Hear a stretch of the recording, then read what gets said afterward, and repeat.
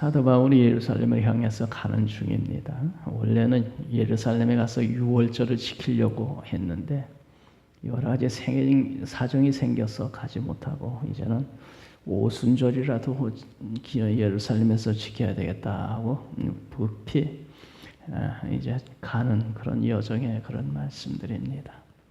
드로아에서 유도가라고 하는 청년이 3층 창에 걸터 앉았다가 졸음을 이기지 못하고 아래로 떨어져서 사람들을 보내 죽었더라.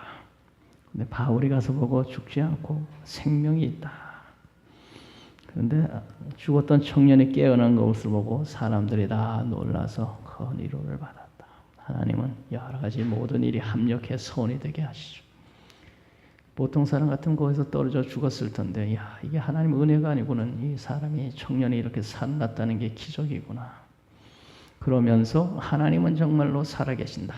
이렇게 사람들의 인정을 하고 또 예수를 더 믿게 되고 하나님이 하시는 모든 일은 모든 게 합력하여 선을 이루느니라.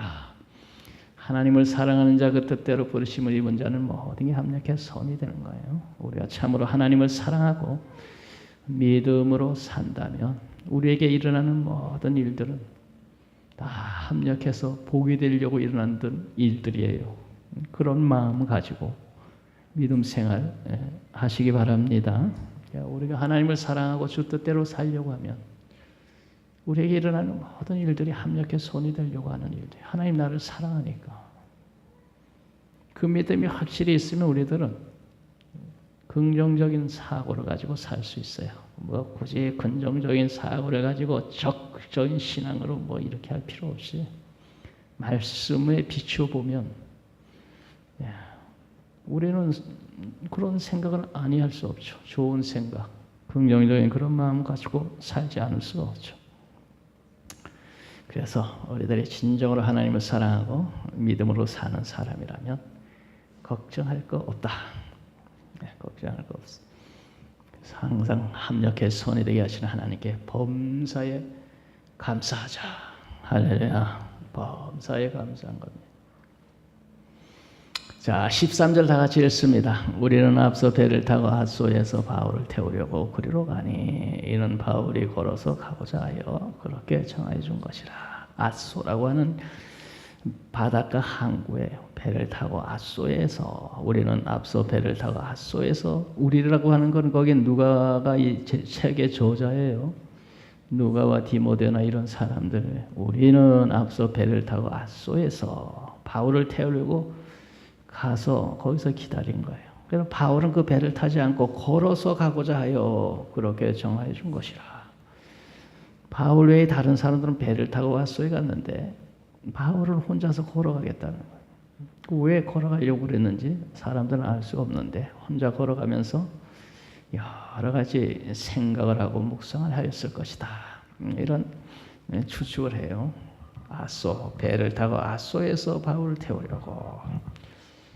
더 이렇게 성지순례, 소아시아 7교회 성지순례에 갔는데 그 앗소라는 곳이 바닷가에 거기 갔었는데 기억나는 건 거기 가서 터키 사람들 그 아이스크림을 먹은 게 기억이 납니다. 거기 갔더니 터키 사람들 그 아이스크림 우리나라에도 여기 남한산 성인가 어디 가다 보니까 그 터키 사람이 그 아이스크림을 팔려요. 터키식으로. 근데 거기 가니까 그 터키식 아이스크림 그냥 이거 잘라가지고 이렇게 주는 아이스크림이 있더라고. 근데 앗소에 가서 아이스크림 먹은 생각만 뺏긴 나는 게 없어요. 성지순례 가가지고 거기 항구 도시더라고요. 거기에 먼저 배 타고 가서 사람들이 기다리고 바울은 걸어가니까 늦게 왔겠죠. 그래서 걸어서 가고자 하여 그렇게 정하여 준 것이라.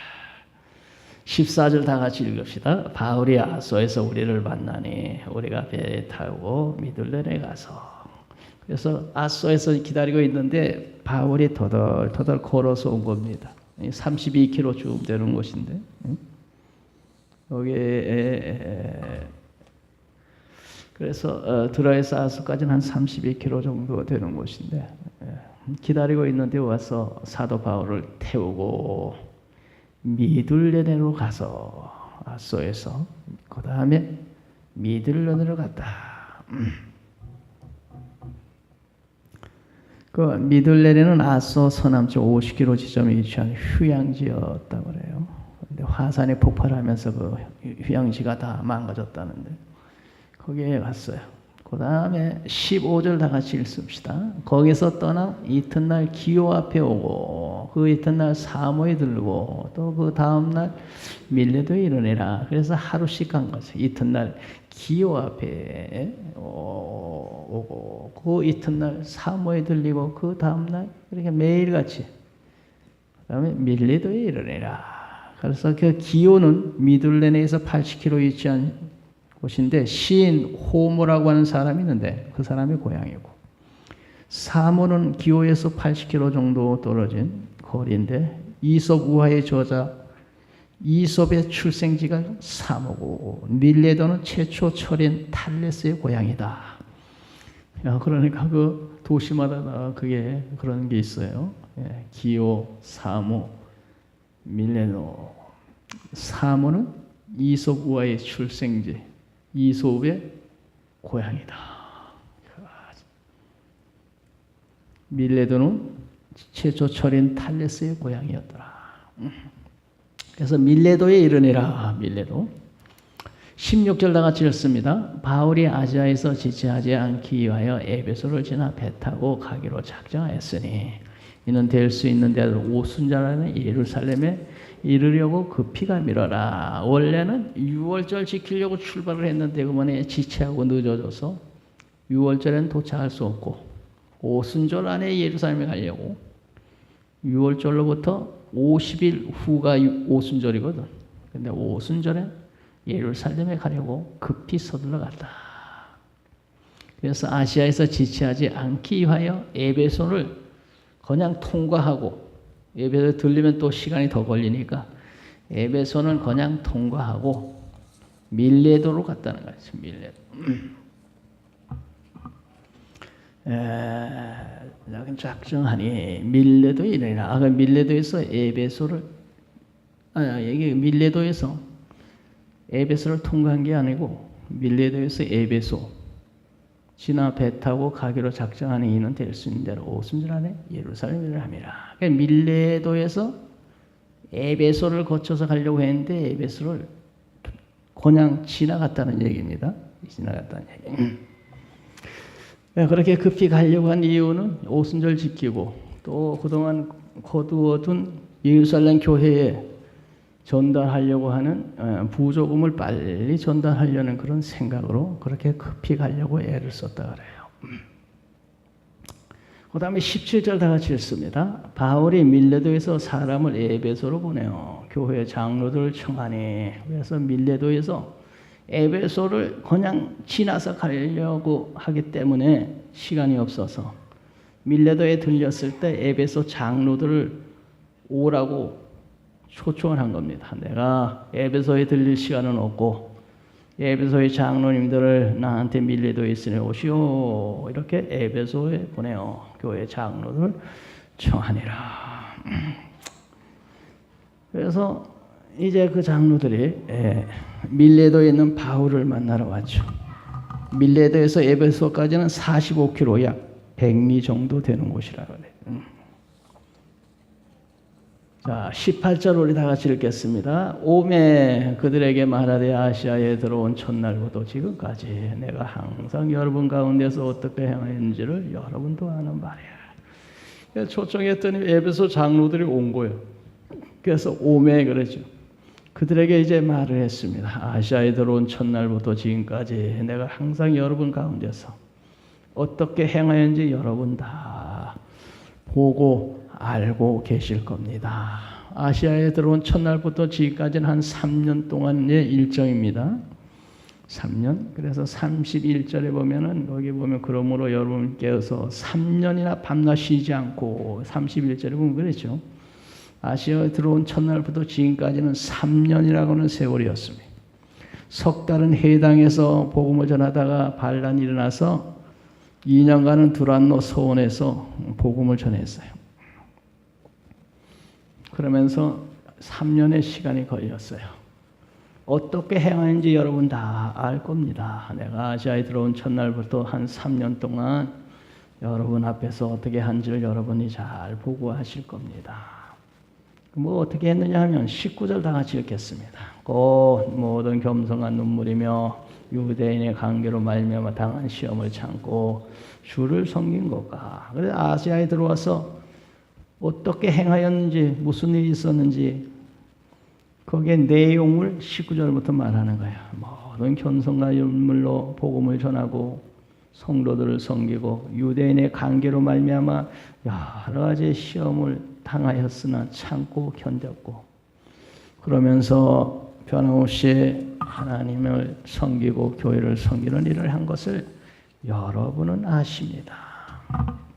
그렇게 복음을 전하는데 받아들이지 않고 유대인들이 시험을 걸고 박해를 하고 그런 가운데도 복음 전하기를 쉬지 않고 모든 겸손과 눈물이며 안타까운 마음으로 눈물을 흘리며 복음을 전했다는 겁니다. 겸손과 눈물이며 유대인의 관계로 말미암아 당한 시험을 참고, 하나님이 일하느라고 사도 바울이 눈물을 흘리며 여러 모양으로 수고를 했구나.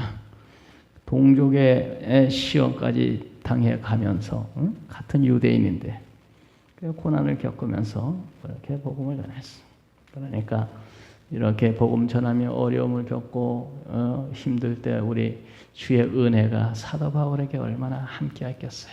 이런 고난 중에 하나님의 은혜가 있는 거예요. 우리가 평안하게 예수를 믿으면 거기에는 하나님의 뜨거운 은혜의 역사가 없어요. 평안하게 배부르고 먹고 배부르고 평안한데 뭐 그렇게 간절하게 하나님 찾지도 않고, 근데 뭔 은혜가 있겠어. 그런데 사도 바울처럼 이렇게 복음을 전하면서 겸손의 복음을 전하며 안타까운 마음으로 눈물을 흘리고 유대인에게 고난을 겪으면서 참으면서 그러면서도 복음을 전하는 그 사도 바울을 이루하기 위해서 주의 성령이 충만히, 은혜가 충만히 임하시오. 오늘 우리들도 신앙생활을 주님을 위해서 힘쓰고 애쓰면 애쓸수록 은혜로 충만하게 되는 거예요. 그런데 우리들이 편하게 쉽게 이렇게 그런 게 안일하게 예수 믿으면 그게 무슨 은혜가 있겠어. 주님을 위해서 애쓰고 수고하고 어려운 가운데도 예수 믿으려고 힘쓰는 사람들에게 은혜가 있고 눈물이 있는 거야. 그래. 여기 이런 거 보면 사도 바울이 겸손과 눈물로 주의 복음을 전하며 애를 많이 쓰고, 참 주의 은혜가 저에게 함께해서 충만한 은혜가 임해서 위로하셨겠구나. 그런 걸 알 수 있어요. 또 20절 다 같이 읽습니다. 유익한 것은 무엇이든지 공중 앞에서나 각 집에서나 꺼리낌 없이 여러분에게 전하여 가르쳤다. 여러분들에게 유익하다면 내가 무엇이든지 아낌없이 공중의 집회 장소, 회당이나 두란노 소원 각 집에서나 가리지 않고 여러분에게 유익하다면 나는 어디서나 꺼리낌 없이 여러분에게 예수 복음을 전하고 가르쳤습니다. 유익하다는 한 것은 무엇이든지 가리지 않고 주님을 위해서 참으로 힘쓰고 애쓴 사도 바울을 알 수가 있어요. 그 다음에 21절 다 같이 읽읍시다. 유대인과 헬라인에게 하나님께 대한 회개와 우리 주 예수 그리스도에 대한 믿음을 증언한 것이라. 유익한 것은 무엇이든지 공중 앞에서나 집에서나 꺼리면 전했는데, 유대인의 헬라인은 하나님께 대한 회개와 우리 주 예수 그리스도에 대한 믿음을 전한 거예요. 그 내용은 유대인이든 이방인이든 가리지 않고 저들이 유익한 것은 무엇이든지 다 전했는데, 그 전한 핵심의 내용이 회개와 하나님께 회개하고 돌아오라. 그러니까 주 예수 그리스도를 믿어라. 그러면 구원받는다. 꺼리낌없이 유익한 것을 얘기했는데 그 핵심이 회개와 믿음이다. 복음의 중심이 회개와 믿음이에요. 회개하고 주 앞에 돌아와. 예수 믿고 구원받으세요. 회개는 자신의 죄악된 행동을 뉘우치고 죄 자체를 미워하는 마음의 변화를 회개다. 메타노이아, 헬라어로 메타노이아, 자신의 죄악된 행동을 뉘우치고 죄 자체를 미워하는 마음의 변화, 죄를 미워하는 마음의 변화. 옛날에는 죄 짓는 걸 달콤하게 생각하고 그렇게 죄와 짝하고 살았는데 회개하고는 이제 죄가 미워. 그런 마음을 가져. 그게 회개다. 예수 그리스도에 대한 믿음은 그가 이루어 주신 대속의 사역의 효능과 그분의 온 인류의 구원자이심을 믿는 믿음이다. 십자가에서 우리의 죄를 대속하신 그 예수님의 대속의 역사를 믿고 그 예수님을 믿는 믿음, 회개와 믿음을 전한 것이 회개하고 예수 영접하고 믿는 거죠. 회개하라 천국이 가까우니라. 그래서 예수님도 복음 전할 때 믿으란 말보다 회개하라는 말부터 먼저 회개하고 복음을 믿어라. 회개해야 그 다음에 영접하고 믿는 거야. 22절 다 같이 읽습니다. 보라 이제 나는 성령에 매여 예루살렘으로 가는데 거기서 무슨 일을 당할는지 알지 못하노라. 왜 사도 바울이 예루살렘 가려고 저렇게 애를 쓸까? 그것은 자기 인간적인 생각이 아니었어요. 성령이 강권하셨기 때문에. 보라 이제 나는 성령에 매여, 성령이 그를 강권해서 예루살렘에 가도록 강하게 역사하신 거예요. 성령에 매여 예루살렘으로 가는데, 그래서 우리들이 성령의 인도 따라 살아야 된다. 내 생각대로 주관대로 움직이지 말고 성령의 인도 따라 살아야 돼. 그래서 사도 바울은 예루살렘에 가는 것도 인간의 생각 가지고 간 것이 아니에요. 성령이 예루살렘으로 가라고 강권하시는 거예요. 그래서 안 가고 있으면 속이 답답해서 견딜 수가 없어. 그래서 예루살렘을 향해 성령의 인도 따라 매여서 가는데 거기서 무슨 일을 당하는지 알지는 못한다. 성령이 매여 가는 그 길 앞에 무슨 일을 당할지.